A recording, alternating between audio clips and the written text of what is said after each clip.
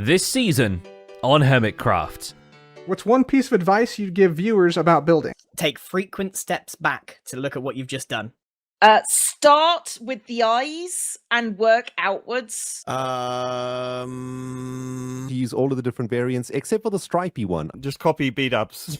Welcome to the Hermitcraft recap. My name is PixelRiffs. Our writer is LoyXP. Captions on this video were provided by Liara. Season 10 is over. Long live Season 10, a journey that has brought us pranks and permits, ore snatchers and enderpearl teleporters, gamers outreach, mace races, metro mayhem, magic mountains, basketball and tennis, not to forget the postal system property fraud, fish cult, the other fish cult, and did we mention snails? And if you don't recognize some or all of these events, if only there was some sort of a recap, you know? With the Hermits posting finales, logging off for the final time, and taking a well-deserved break, we are also waving farewell to the Hermitcraft recap for Season 10. But stay tuned for bonus videos to tide us all over until Season 11 gets into gear.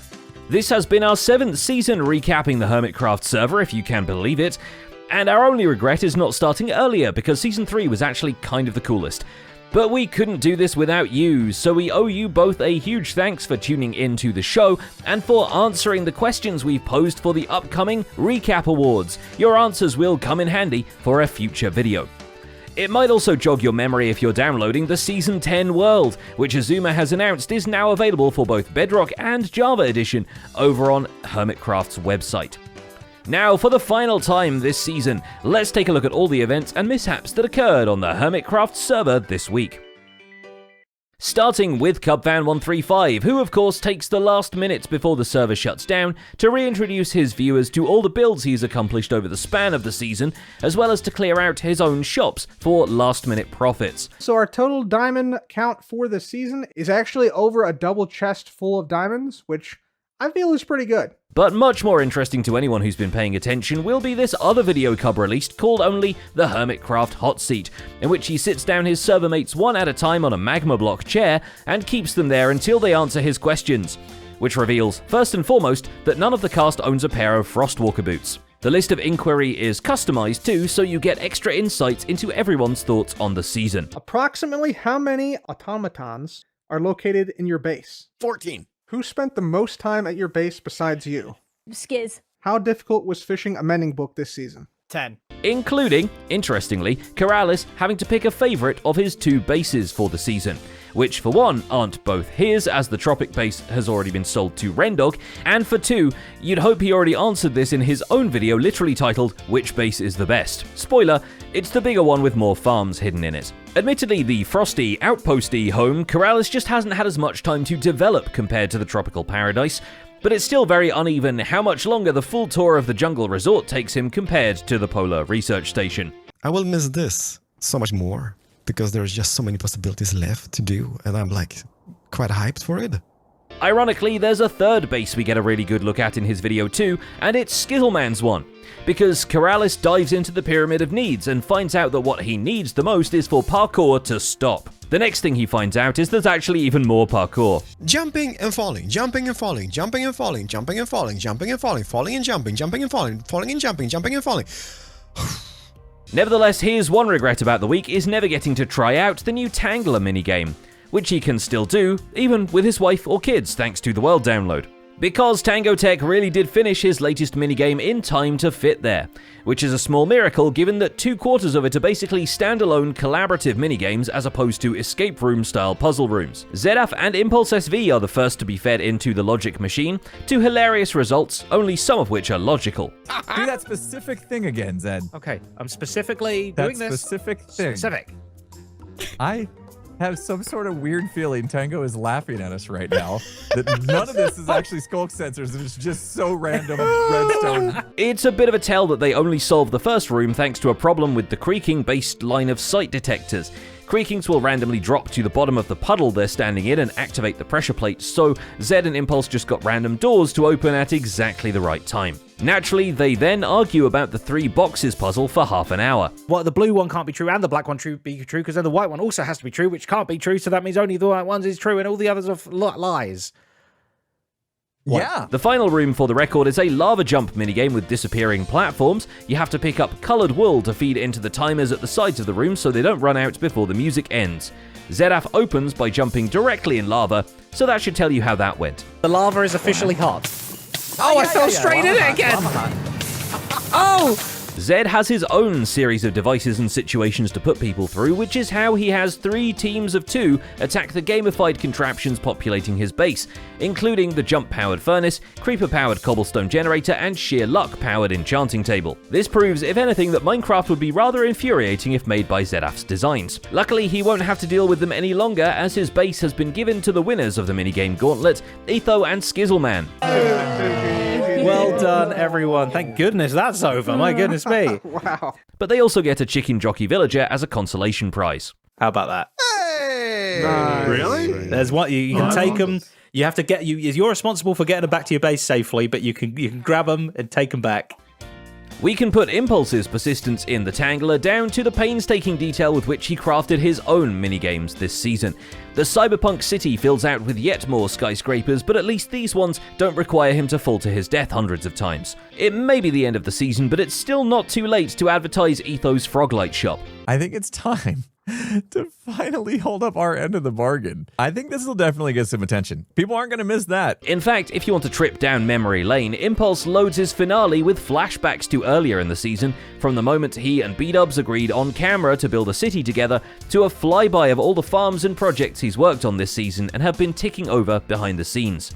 While Metro Mayhem may be just as buried as some of those kelp and cactus farms, it's definitely taken center stage, and Impulse goes over the Season 2 results, including those which have to be discounted because of server lag during tour day, and declares Etho the winner of Season 2, mailing him the big trophy and sending participation awards to everybody else.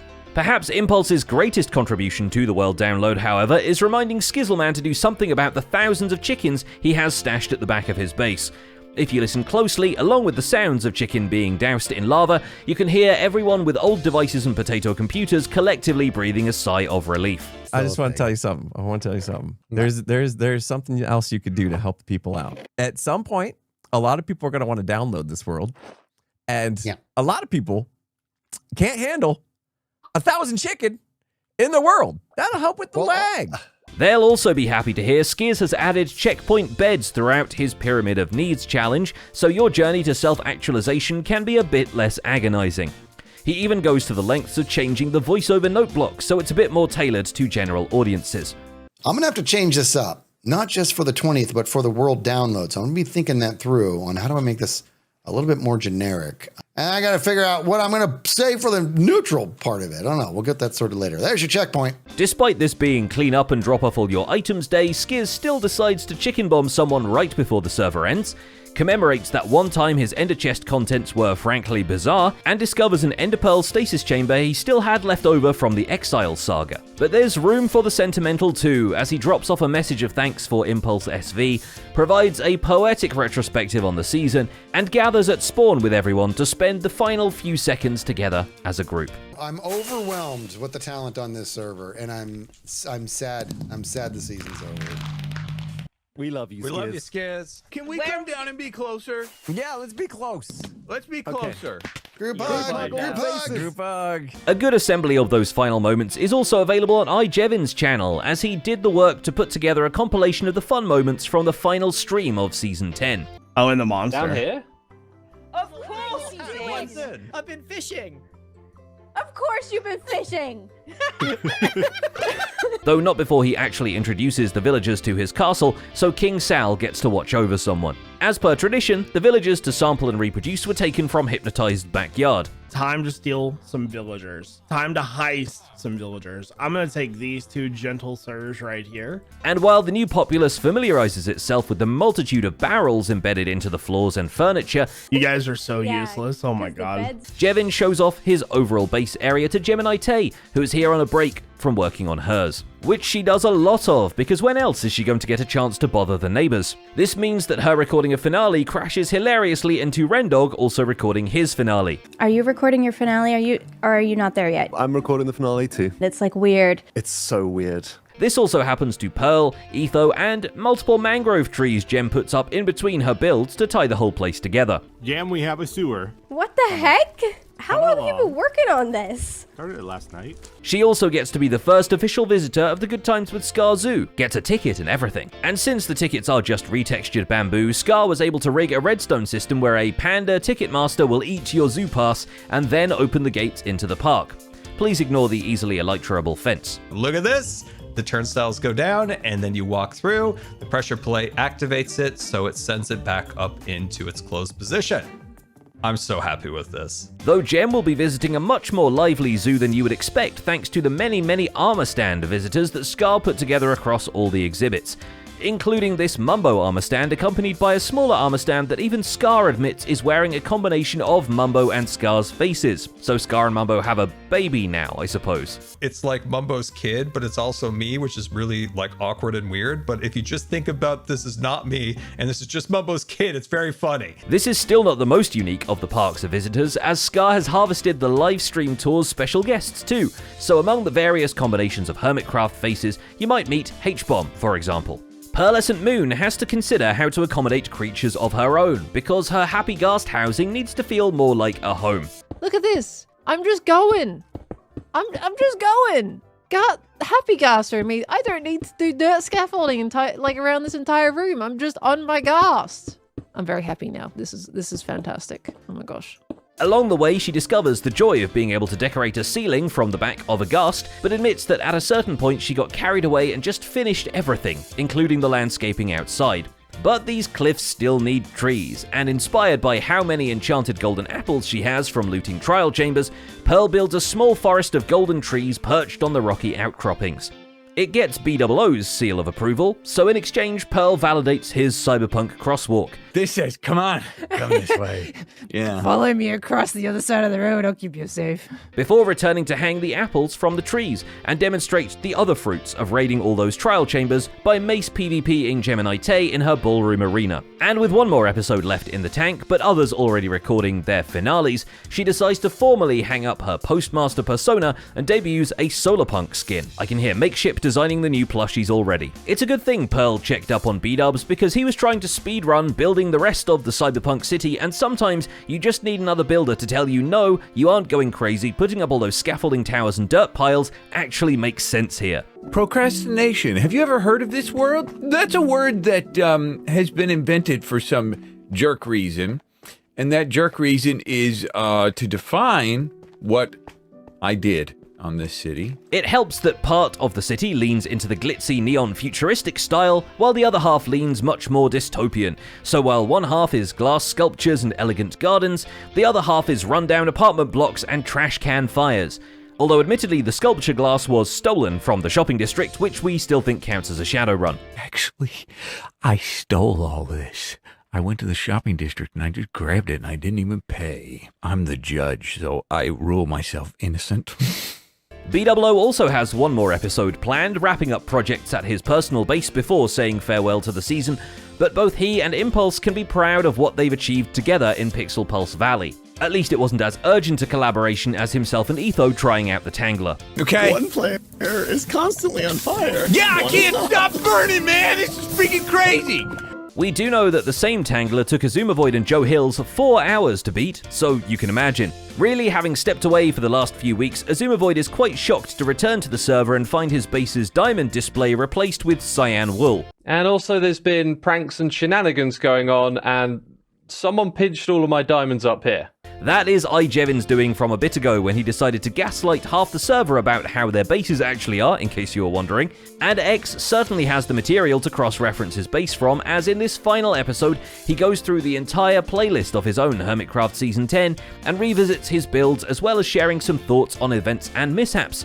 Ah, dang it, they got us, lads, didn't they? This is a fantastic little set of murals that all try to tell little stories about each of the different permit holders for this project. Well, I'd like to see him try that with the entire cast through the entire season, and I'd like to see us try either, to be honest. This is like the third season in which we threatened to make a full season retrospective, but then sink in the project's scope creep. Ironically, False Symmetry actually does tie up the whole server, in a way, with the River Raceway project she's been working at the entire season. There we go, the race is on! The general spawn area of the server becomes easily navigated by boat, especially as a kind of track, complete with banners pointing the way. One of which is the yellow short one, which just circles around the neighborhood. There is a blue, much longer track around as many Hermitcraft bases as I can get to. She even leaves her suitcase full of rivers where anyone can see it were they to visit the world download and need a river themselves. And finally there's Mumbo. And he's finally gone bald. After watching him progressively age throughout the back half of this season, he finally looks enough like the Monopoly guy that it's time to transfer his brain into a chicken so he can live forever in the hillside town of his own creation. As you can see, I've gotten even older. We gotta get me into this chicken quickly so I can live forever in the machine. But not without some last-minute tweaks to the redstone, because he wants to say hi to Big Ron for the rest of linear time, and he also wants to make sure people can oil him now he's the Tin Man. If I put anything other than oil into the oil slot, bad things will occur. This actually goes on for 5 minutes. Which is pretty brutal.